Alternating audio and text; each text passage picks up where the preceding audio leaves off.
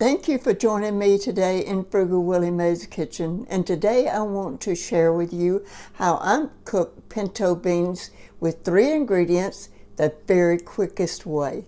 And to cook the pinto beans, I'm using pinto beans today. Now you can use any bean that you want. You can use black beans, kidney beans, white beans, navy beans. I'm doing pinto beans today. That's one of my favorites.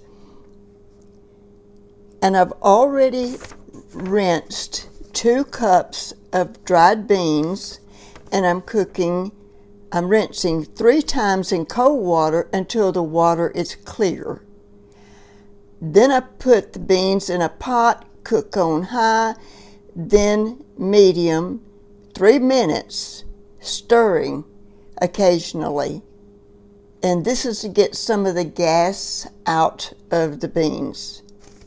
I pour that off, and here I've already prepared everything, and I've already put the pinto beans in, and I've added sufficient water because I'm going to boil these for 1 to 2 minutes, usually 2 minutes, and let it sit just for a little while. Turn the stove off, and I'm going to put a lid on there as long as it doesn't boil over, and I'm going to let that sit for 1 hour.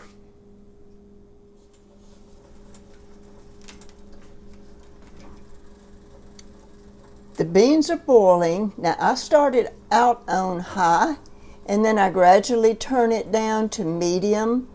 As long as it's in a good rolling boil, that's fine. I will stir it occasionally. I set the timer for 2 minutes. I'm going to boil that for 2 minutes. I did add a teaspoon and a half of Celtic sea salt.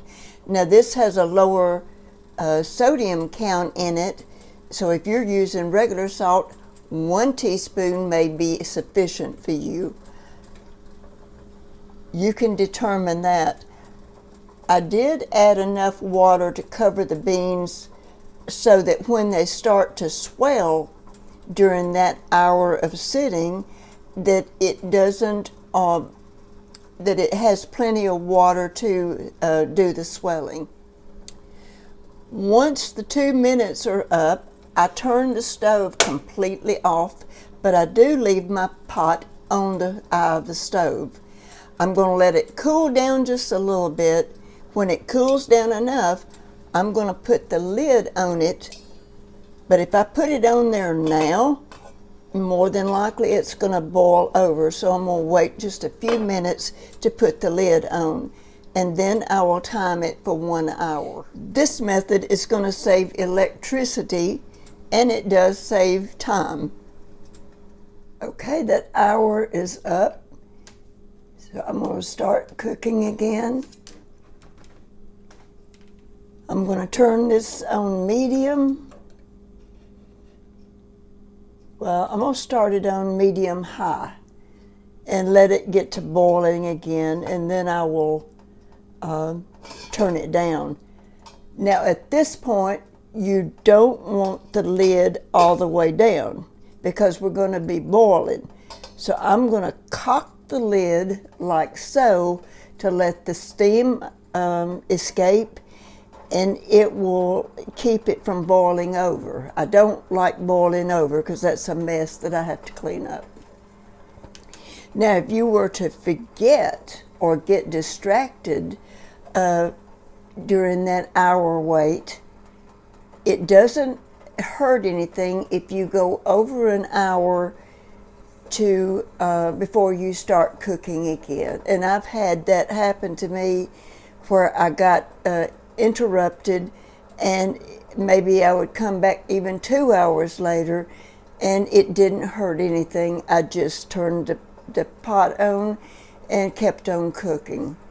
Now if I were to leave the house for some reason or go outside, I actually remove the pot from the stove. I don't like anything on my stove, even though I might have it turned off. I learned this quick cooking method through my mama. the real Frugal Willie Mae. And she was so excited to find that because it saved her electricity. Now this is way before the internet, or before any of the family had an internet.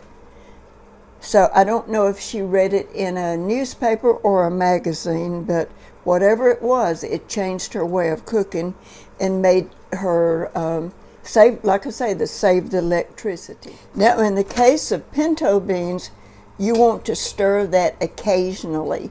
You want to add water as needed because you don't want to get low on water.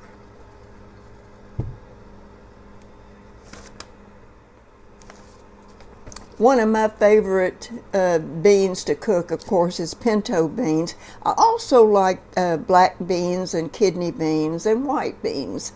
And some of those you're not going to stir as much as with the pinto beans.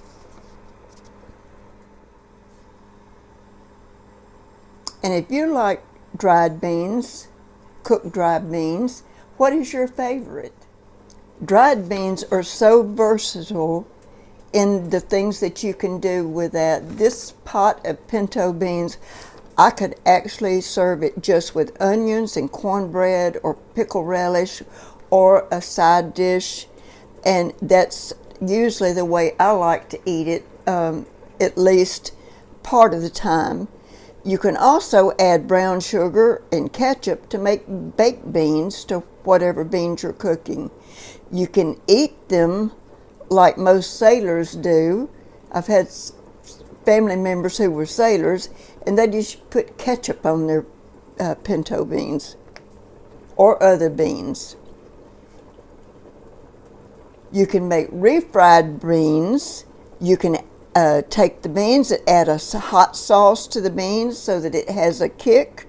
You can make bean tacos or bean burritos. You can make bean fritters. You can make chili by adding spices, chili pepper and tomatoes, and you can make veggie burgers. So you can do so many things with a dried bean, and it's got protein. It adds your protein in. If you put corn with it, that is a complete protein. I'm cooking these for 2 hours, and I need to turn it down. It almost boiled over.